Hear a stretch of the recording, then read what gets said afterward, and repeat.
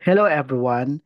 Ito po ang DENR Company Registration System at dito po kailangan natin gumawa ng account para po sa registration ng ating company profile dito sa Company Registration System.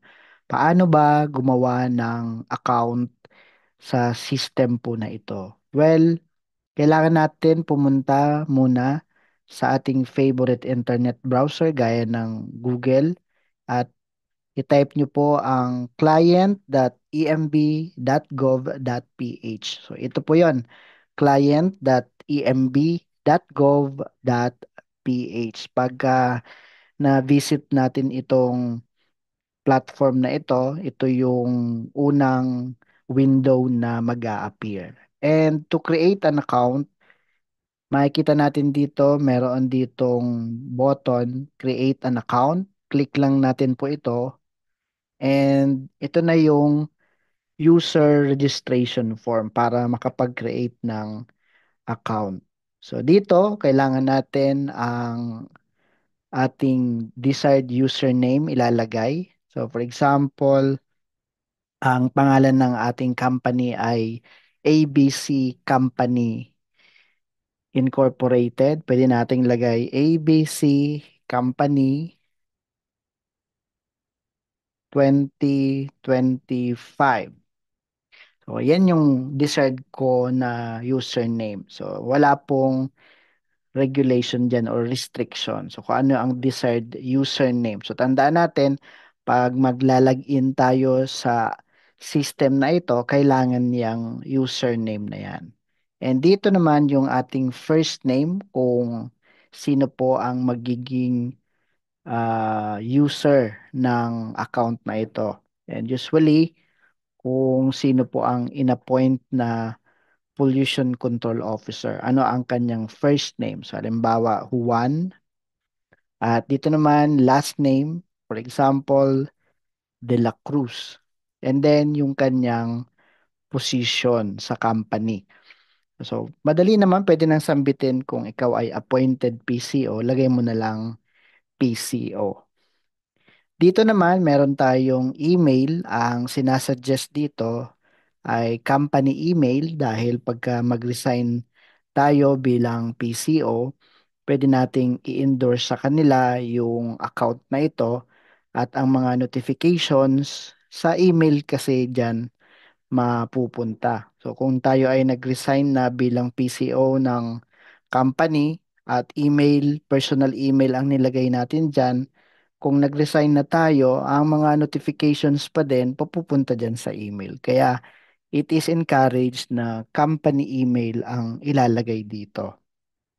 So for example, ABC company at gmail.com. So dapat din ang email na i-register dyan ay hindi pa previously registered kasi pagka same yung email, hindi niya na yan tatanggapin. Ano po? So, dito naman, ang sunod ay mobile number. Ito yung active mobile number na pwedeng tawagan. For example, 0998-543-5411.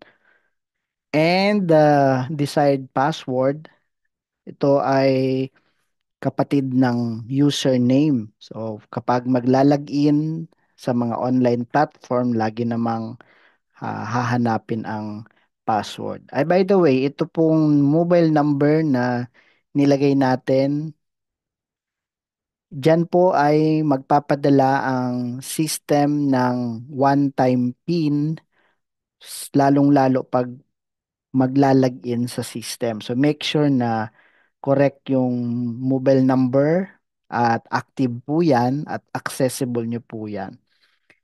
So, yun. And then, ulitin natin yung password para sa pag-login sa system. So, pwede natin ilagay anuman desired password, confirm password.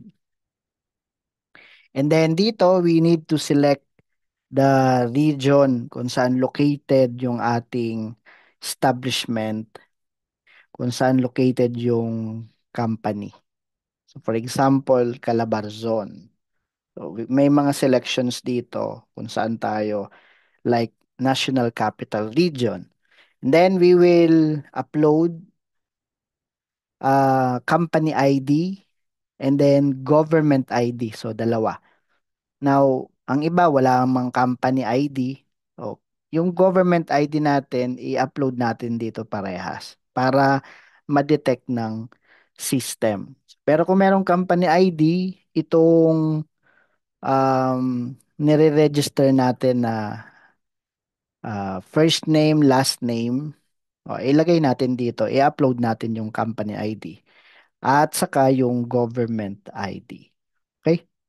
And then dito, we have to enter itong security feature nito, itong 58E7, 58E7. Example lang yan. So, nagbabago yan every time na merong registration. So, kung ano yung makita nyo sa screen, yun ang ilalagay nyo dito. Enter CAPTCHA. Ano po.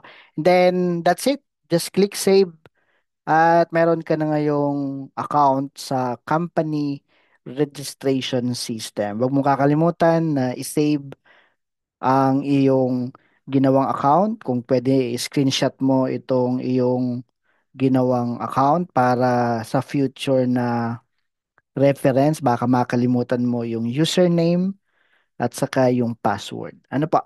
So, do not forget that.